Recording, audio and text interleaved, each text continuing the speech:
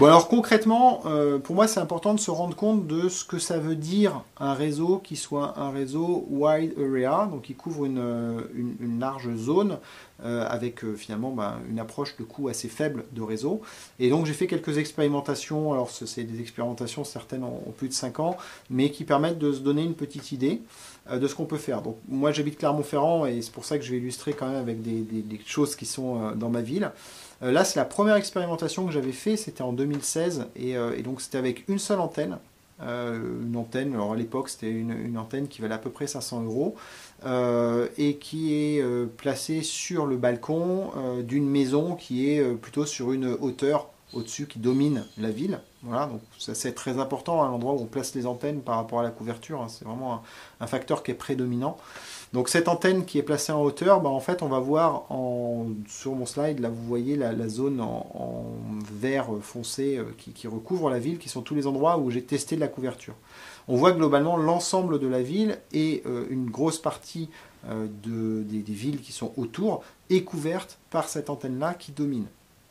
Donc ça c'est important, c'est-à-dire qu'avec une antenne, on est capable d'avoir des applications qui sont urbaines, donc pour un investissement relativement faible. Donc tout ce qui est Smart City, captation de la température dans la ville, de niveau de la rivière, suivi de remplissage des poubelles, suivi des transports en commun, suivi des vélos qui sont en location sur le domaine public. Voilà, toutes ces choses-là, en fait, eh bien, on peut les connecter simplement en ayant déployé une seule antenne. Alors c'est pas la stratégie qu'on aura hein, quand on va faire ce genre d'application, on déploiera en général plusieurs, mais globalement, vous voyez qu'avec une antenne, on peut avoir des résultats qui sont assez intéressant sur du Smart City. Ensuite, j'ai fait d'autres applications là dans le monde agriculture. Toujours pareil, une antenne, la même antenne positionnée sur l'exploitation agricole. Et là, on va voir que l'exploitation agricole, qui est globalement représentée en bleu sur le schéma, eh bien, elle est entièrement couverte aussi par cette antenne-là, et puis qu'on va bien au-delà, bien entendu, de cette antenne, enfin de cette zone-là. Et donc ça, c'est intéressant parce que pour le coup, sur une exploitation agricole, on ne va pas forcément chercher à avoir un réseau qui est très dense, enfin avec beaucoup d'antennes, mais on va essayer de minimiser les coûts, et donc là, on peut finalement très bien couvrir une exploitation avec une seule antenne. Ça peut marcher aussi dans des applications industrielles, parce que ce qu'on dit pour un site dans le domaine de l'agriculture est aussi valable pour un site industriel ou pour une mine, par exemple, qui va pouvoir avoir ce genre de choses. Alors, d'un point de vue industriel, un autre exemple de ce que j'ai pu faire comme test sur un site industriel où j'ai déployé une gateway, là vous voyez que c'est en très mauvaise condition, parce que là pour le coup, autant précédemment c'était des gateways déployés en outdoor sur des points hauts, là on est sur une gateway déployée en indoor à l'intérieur donc d'un bâtiment, et très mal placée puisqu'elle n'est pas en hauteur sur le bâtiment, ainsi de suite. Et bien vous voyez que cette antenne m'a permis de couvrir à peu près l'ensemble du site industriel, pas forcément de l'intérieur des bâtiments, là les tests que j'ai faits étaient à l'extérieur du bâtiment, mais a permis de couvrir à peu près l'intégralité du site industriel avec cette gateway. Donc ça c'est très intéressant parce que ça veut dire que pour un investissement qui est minime, pour une antenne qui n'est pas forcément bien installée, on peut très rapidement arriver à avoir des applications industrielles. On peut le faire sans avoir une intervention d'installation compliquée et ça peut être un point de départ. Bien sûr, après, si on fait des applications industrielles, il est conseillé d'installer plus proprement une antenne et ça améliorera la couverture.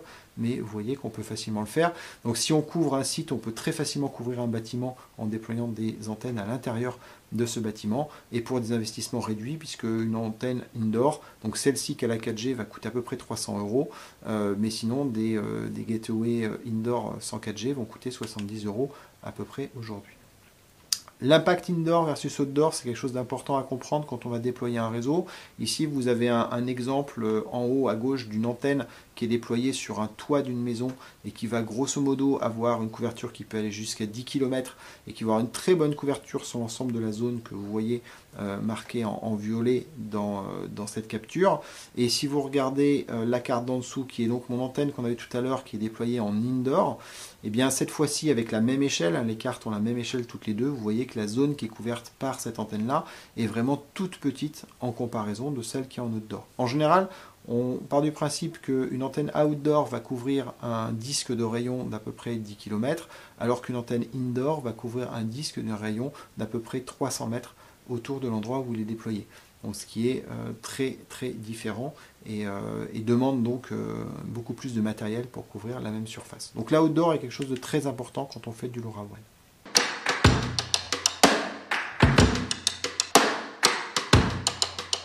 Je vous ai parlé des réseaux qui existaient. Là, on a vu ce qui était finalement des réseaux privés précédemment, avec le déploiement de ses propres antennes pour couvrir son propre use case. On peut utiliser des réseaux qui sont des réseaux publics et en premier lieu des réseaux qui sont crowdsourcés. Je vous ai parlé de The Things Network plusieurs fois. C'est l'inventeur du concept du réseau IoT crowdsourcé. The Things Network sont donc des particuliers comme vous, comme moi, qui installons du matériel et qui le mettons à disposition de la communauté en le reliant sur le LoRa Network Server de The Things Network. Ça crée un réseau global mondial. Alors en pratique, en fait, il y a plusieurs réseaux à l'intérieur de The Things Network, il y a Europe, États-Unis, Asie, avec des échanges maintenant de paquets qui sont possibles, mais globalement, on peut le voir comme un réseau mondial. C'est un réseau The Things Network qui est un réseau totalement gratuit. C'est-à-dire que la contrepartie de déployer nous-mêmes le matériel, c'est qu'on peut utiliser le réseau gratuitement. Et même si vous ne déployez pas de matériel, vous pouvez utiliser le réseau gratuitement. Donc ça, c'est super pour tester, pour monter, pour faire des POC, pour faire des profs technologies. Ça peut être même bien pour faire des applications commerciales. Mais bien sûr, la contrepartie, c'est comme c'est gratuit, il n'y a pas non plus d'engagement de service. Et même si le niveau de service est bon, des fois, ça peut poser certains problèmes. Donc, The Things Network a une composante professionnelle qui s'appelle The Things Industry, qui propose finalement d'utiliser le même réseau et d'étendre ce réseau-là avec d'autres antennes, qui lui va avoir un niveau de service et de support qui va être possible. Voilà. L'objectif, c'est d'avoir des coûts qui sont un peu moins élevés et un modèle business qui est différent de ce qu'on a sur les réseaux opérateurs classiques, et puis surtout de le faire avec une approche mondiale. Alors il y a beaucoup d'applications professionnelles qui tournent sur The Things Network dans la version gratuite, il faut le savoir, et puis il y en a un certain nombre qui ont basculé sur The Things Industry pour avoir du support. En tout cas, les deux modèles sont existants, c'est vraiment un esprit open source, The Things Network, bien sûr tout est open source, vous pouvez aussi prendre The Things Stack, qui est la stack logicielle qui fait tourner The Things Network, et vous pouvez l'installer chez vous, si vous voulez. Dans ce cas, vous avez votre propre network server privé, basé sur la stack de The Things Network. Voilà. Donc ça, l'esprit ouvert, l'esprit du logiciel libre qu'on retrouve dans les réseaux IoT avec The Things Network. The Things Network, ça a été créé en 2015. Aujourd'hui, il y a à peu près 30 000 gateways, 20 000, 30 000 gateways qui fonctionnent dans 150 pays différents. Et les estimations, c'est 500 000 devices qui ont utilisé le réseau, donc ce qui est pas rien. C'est 9 millions de messages par jour qui transitent en 2020, donc depuis ça a dû encore augmenter. Et grosso modo, dans les zones qui sont couvertes, puisque comme chaque gateway reçoit l'ensemble des messages de tous les réseaux, il est possible facilement de faire des statistiques. Et The Things Network annonce 65% de part de marché dans les zones qui sont couvertes. Donc ils représentent quand même les endroits où il y a le plus d'objets connectés, puisque ce sont souvent les zones à forte densité de population. Voilà. Alors avec une empreinte particulièrement européenne pour The Things Network. Voilà.